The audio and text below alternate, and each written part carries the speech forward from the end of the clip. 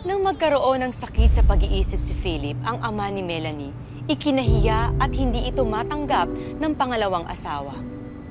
Nang mabalitaan ito ni Melanie, agad siyang umuwi sa Pilipinas para kunin at alagaan ang kanyang ama. Pero matapos silang iwan noon, handa na ba si Vivian, ang ina ni Melanie, na magpatawad at tanggapin muli ang asawa? Tao po! Tita! Sarah! Anong ginagawa mo rito? Tita, gusto ko makita yung papa ko. Wala siya rito. Pwede ba? Umalis ka na. Tita, alam ko yung kalagayan ng papa ko. At alam ko anong ginagawa mo sa kanya. Gusto ko na siya makita. Papasukin mo ako. Wala ka nang maitutulong sa papa mo. Umalis ka na! Tita, kung ayaw mo ng iskandalo, hirap mo sa akin yung papa ko. Papasukin niyo ako! Papa! Pa! Ma, papasukin mo na si Ate Melanie. Ako naman nagsabi sa kanya eh. Para na lang kay Papa. Eto na ate, oh. Masok ka na. Salamat, Sarah.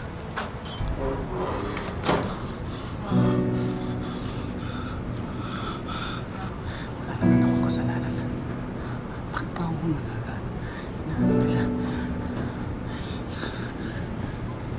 Wala naman akong kasalanan. Bakit pa ako nagagano? Hindi na.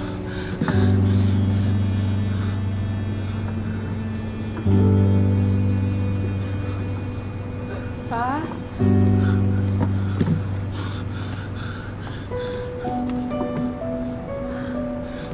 Magtago ka. Papatayin ka nila. Pa? Si Melanie to. Ako ang anak mo. Naalala mo ba ako? Hindi tayo ligtas dito. May kukuha sa akin. Tulungan mo ako. Magtago tayo. Ha? Magtago Sige. tayo. Sige pa. Samahan kita. Wag! Wag! Wala akong kasalanan mo! Hindi na ako masamang tao! Wag! Pa? Wag! Pa? Ate?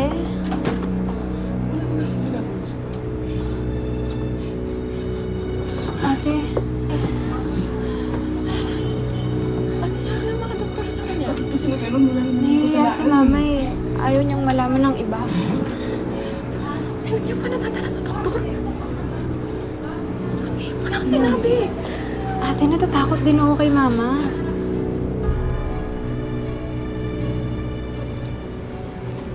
Melanie! Ano ginagawa mo? Uy, saan ko siya dadalhin? Tinatago yan! Delikado kung di pa titignan sa doktor yung tatay ko. Oo. Matagal niya na dapat Tatago na pinatingin kami. si Papa. Diba na? So ako ba sinisisi mo, ha? Eh, kasalanan naman niya kung bakit siya nagkaganyan eh. Hindi kayo aalis dito. Nagkaganyan si Papa dahil pinabayaan. Aalis na kami, magtatago. Saan mo lang ako? Saan mo alisin? Tama na!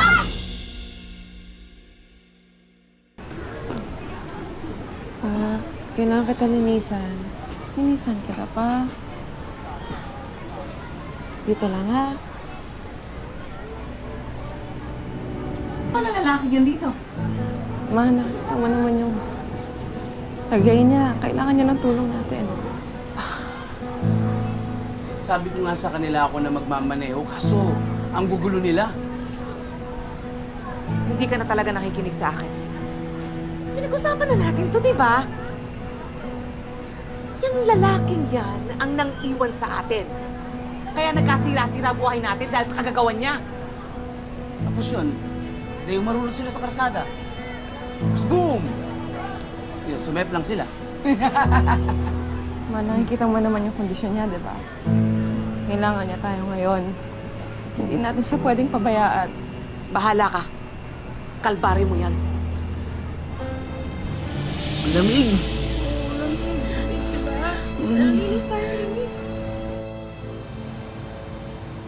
Paranoid schizophrenia. But with proper treatment and medication, he can still live a normal life. It is crucial na makatanggap siya ng full support from his family, his friends. kailangan siyang ipasok sa mental hospital. Ito lang naman ang nag-iisa at pinakamalapit na mental facility. But I have to be frank with you. Napakaraming pasyente ang nagsisisikan dito. Kulang din tayo sa tao at resources. Pero syempre, hindi tayo tumatanggi sa mga pasyente. As a healthcare professional, alam ko na hindi mo ang gusto kong sabihin.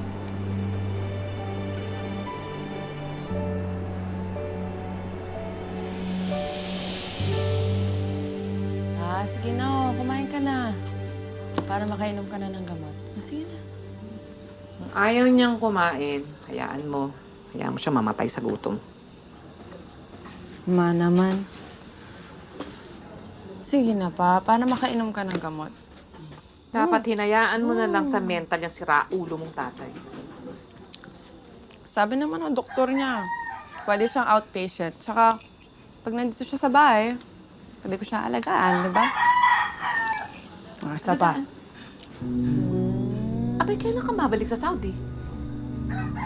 Isang buwan ka na dito. Hindi ba 2 linggo lang bakasyon mo?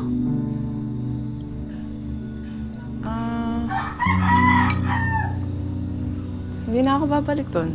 Nag-resign na ako.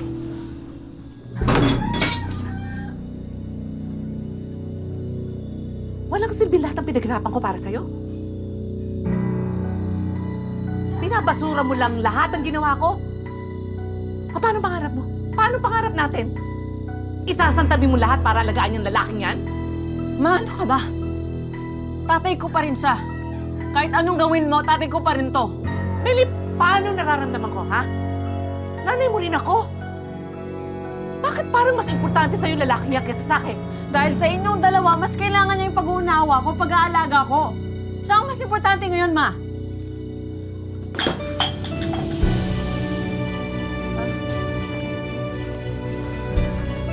Ang daya mo!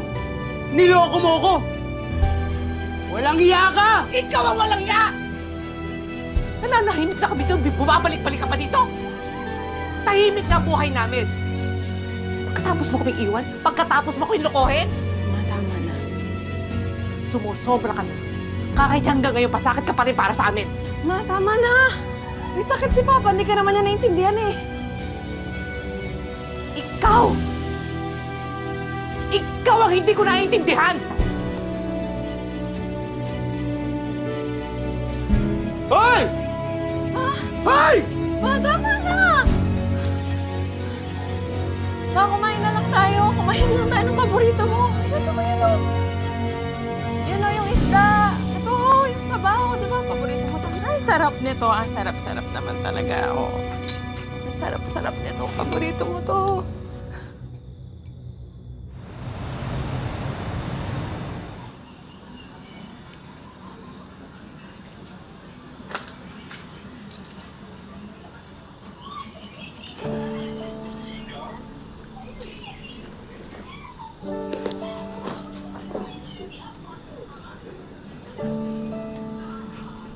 Melanie, sorry. Sorry sa kanina.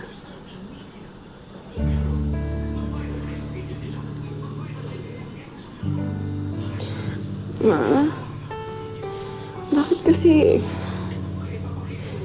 hindi mo na lang patawarin si Papa? Dahil hindi ganun kadali, anak. Hindi ganun kadali. Ma, alam kong sinaktan ka niya noon.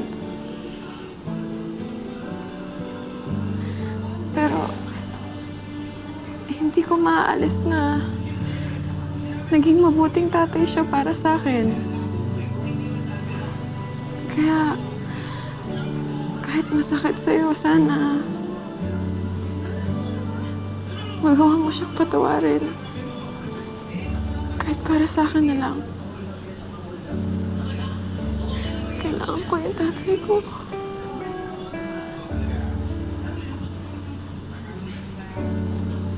Mahal kita, anak. Susubukan ko para sa'yo.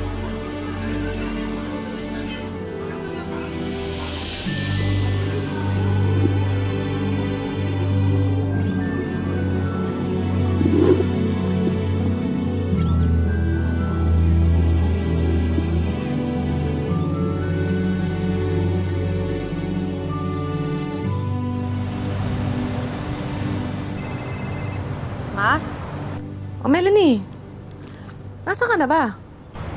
Ito ma, nag-aayos ako ng mga papeles para sa pwesto na upahan natin. Basta, bilisan mo ha.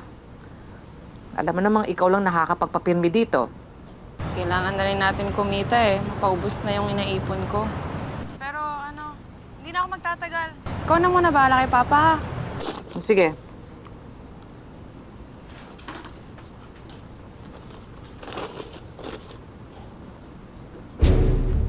Philip? Philip!